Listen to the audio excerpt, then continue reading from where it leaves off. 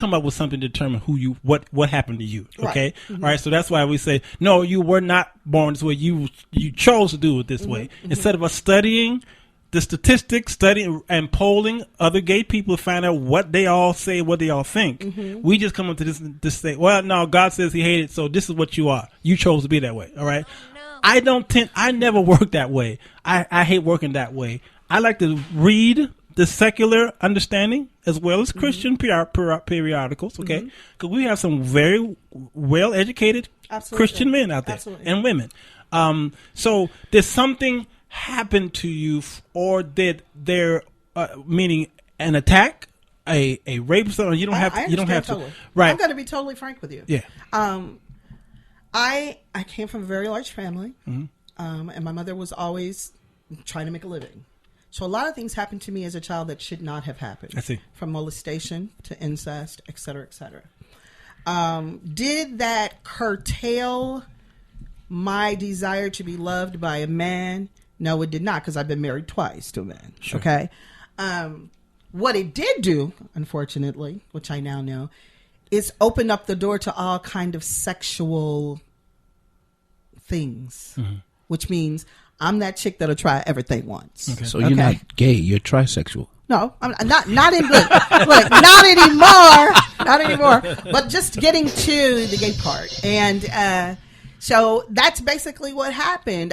Whenever I was faced with an intimate proposal, if it was something that I wanted to know about, I would say yes. And so after my second marriage, it had gone downhill. I was living alone, working as a night supervisor at Edgewater Hospital. A dear friend of mine, who I looked at as a sister, kind of like mentor, basically told me, I love you. She said, I love you. And I said, oh, I love you too, Hug. No big deal, no big deal. As the weeks and months went on, she said, no, I don't think you understand. I'm in love with you. I've loved you since blah, blah, blah, blah, blah. And I was like, So I'm sitting here single, just finished a marriage that I was intimately, we were explosive. Everything else, it was But I always told him, I said, if this don't work, I'm going to be with a woman. I was kidding at the time, but I ended up following that whole statement, because when that presented itself to me, the power of the tongue. See, when that presented itself to me, I said, ding, ding, ding, ding. I get the opportunity to experience a woman without necessarily being gay, because I wasn't gay. I mean, I all I knew is I was sexually open. I love, all the innuendos that go with sex. I loved it. Okay.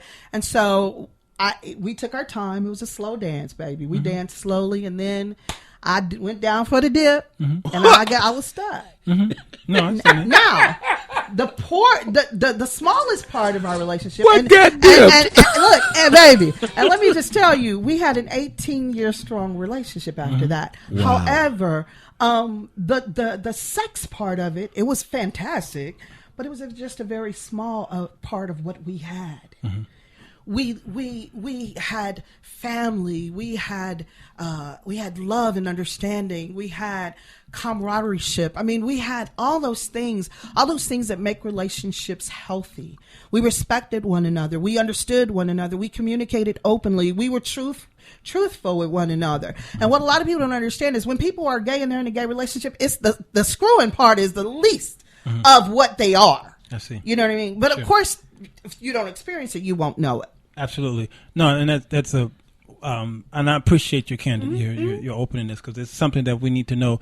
I have discovered by talking to people and my own experiences, being married and divorced and wondering what happened. Okay, what happened to me as well as her. There's some things that happened to her, and there's some things that happened to me. And I had to come to face with. It took me 30 years to face what happened to me when I was 14. You see what I'm saying? Right. So there are things.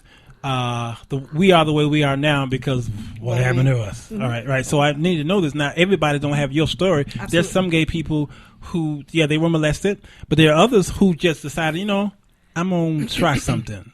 Okay. I just want to try this, and they get hooked. And let's not forget the people I know a ton of people who believe that from a little girl, they were attracted to the female absolutely. Person. Absolutely. Yeah. So. Can you read that? This is the sin of Sodom and Gomorrah. Ezekiel, which one? Ezekiel 16, 49 and 50. And what I want to do is we want to read this, and then also we're going to go to Leviticus 18, and we're going to go there because these are the scriptures where we like to use to bash and pound on gays. Okay. Now Ezekiel, no, we don't use that one because a lot of us don't even know that one's there. Right. All right. But they pound and bash anyway. Yeah. They'll go to Leviticus 18 and they'll pound y'all on that, and Romans 1. But Ezekiel, first of all, when we hear Sodom and Gomorrah, what is the first thing we think about? Sodomy. Okay, well, sodomy, yeah, and we say God destroyed the both because of But that's not why he destroyed them. Well, let's find out. Not totally. Let's read it. All right. In Ezekiel 16:49, the word of the Lord reads as thus. Yes. Behold, this was the iniquity of thy sister Sodom. What was it? Pride. Pride. That was number one, wasn't it? Mm-hmm. Keep going. Overeating. I'm sorry, fullness of bread. And an abundance of idleness. That's number 3, right? That's lazy. Did you hear anything gay in there yet? Not yet. Okay, keep going. Was in her and in her daughters. Neither did she strengthen the hand of the poor and needy. Wow.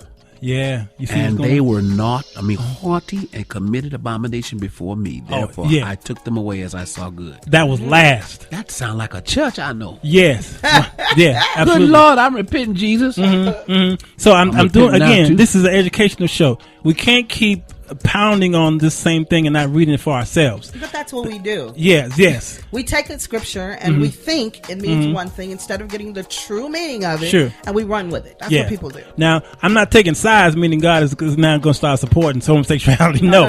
But I need y'all to erase some things and so stop thinking this way because inhospitableness in the Old Testament was horrible, was wrong, and God hated it. Yes. He wants you to be hospitable. That means a stranger come to town. And that element was in the story of Sodom and Gomorrah.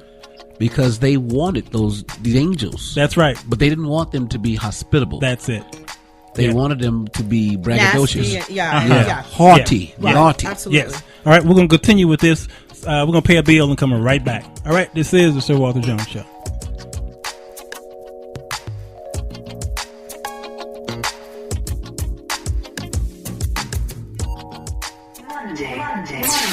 Worried about paying your light bill? CARE programs offer help so you can stay in the light. To see if you qualify, visit comed.com/care or call 888-806-CARE.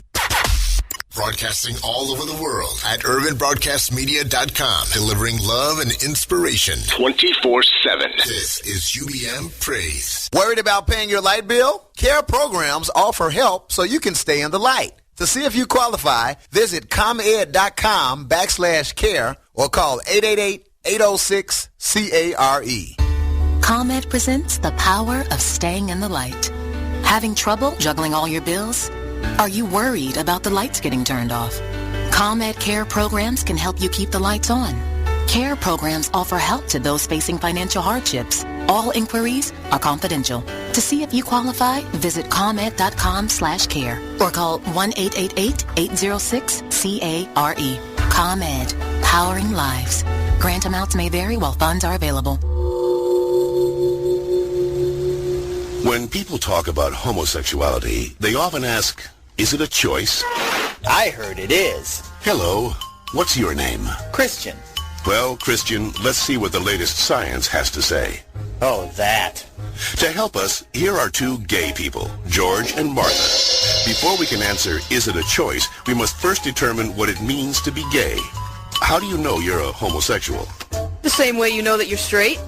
Since the 19th century, many theories about homosexuality have been offered that are untestable and contradictory. Oh, no. Male homosexuality is the result of an absent father and an overbearing mother. See ya. Stand up straight, dear. And the female homosexual has never recovered from her anger over not having the penis. She wishes to avenge her perceived castration by taking another female as her sexual object. You're kidding me, right? Well, I've always been told that homosexuality is unnatural. Is it? In fact, homosexual relations are common in nature, including zebras, baboons, dolphins, sheep, buffalo, ducks, foxes, elephants, horses, gorillas, moose, house cats, pigs, mice, rabbits, swans, and lions, to name a few. Well, okay, but we're not animals. Human beings have free will. You don't just decide who to love. Settle down there, Martha. Christian does have a point, but let's take a look at the most recent scientific evidence. As they study sexual orientation, scientists are currently looking at three main areas: genes, hormones, and birth order. Of course, most of these studies focus only on male sexuality. Sorry, Martha. What a shock. Let's first look at studies of identical twins. Hi. When one identical twin is a gay man, the other twin is gay up to 70% of the time, far higher than would occur if genes played no role. In fact, these studies show that genes play a greater role in determining sexual orientation than they do in whether or not you're right or left-handed. And we don't punish the left-handed. Well, not anymore. Let's get it! Scientists have recently noticed a striking statistical phenomenon. Studies show that having older brothers increases the odds of a boy being homosexual. Moms always baby the youngest, making them gay. No, that's not it. When a woman is pregnant with a boy, scientists are realizing that her female body often sees the male fetus as a foreign object and begins to produce antibodies against it. The more boys a woman has, the more adept her body becomes at feminizing the fetus, which may explain why with every successive boy, the odds that he will be gay go up significantly. All right, maybe you all accept it, but what about those people who started out gay and say they became straight by discovering God? What about ex-gay ministries? Even so-called ex-gay ministries don't claim to change a person's inner sexual desires, just his or her sexual conduct. We're still gay. If these places really work, why don't they all use the same technique? Why does each ministry experiment its own way? Well, and why have so many members and leaders recanted earlier claims that they were changed? maybe these programs don't work for everyone, but what's the harm? How about the feelings of shame and guilt they instill and reinforce in their victims? Or the money, energy, and time they sap from people who have nothing wrong with them? Says you. Well, in point of fact, not just George says that, Christian. The American Medical Association, the American Psychiatric Association, the American Psychological Association, the American Psychoanalytic Association, the American Academy of Pediatrics, and the National Association of Social Workers have all stated that homosexuality should not be treated as a mental disorder, and that they oppose attempts at reparative or conversion therapy, and that sexual orientation is not a choice and cannot be changed. So that's it. I'm supposed to believe that it's not a choice just because all those doctors and scientists say so? Or you could just ask us. I do know this one girl named Heather who goes back and forth, but she's Shut up. The information in this educational cartoon is based upon studies that can be found in any university library, with the possible exception. What do you want to know? How bad do you want to know it? What are you willing to do to find out? Tune in to the Men's Chronicles right here at the Sir Walter Jones Show at UBM Praise. Parental discretion is advised. Yes, sir. Yes, sir. Today is the day y'all are educated. This is the educating show, the Sir Walter Jones Show, and we are talking about gay Christians today, gay men especially, and we'll get to that in a minute. But the soundbite I played basically is trying to give you an education from a psychological point of view of where gays come from, why they act the way they are, and the whole thing about being born. Also, if you notice in that segment, it says that when a woman has a succession of boys, after a while, the youngest boy, he possibly can turn gay because of the body's rejecting and injecting and rejecting. And I think Alvin alluded to testosterone and estrogen. Yes. Okay, levels being altered. Okay, well, when they're born, there's an injection in them. Okay, in the child, in the fetus, right? Well, they're both chemically in base. I mean, in place. They're already there. The pituitary gland is where they're kept, and at the age of puberty, the male produces more testosterone, the female more estrogen.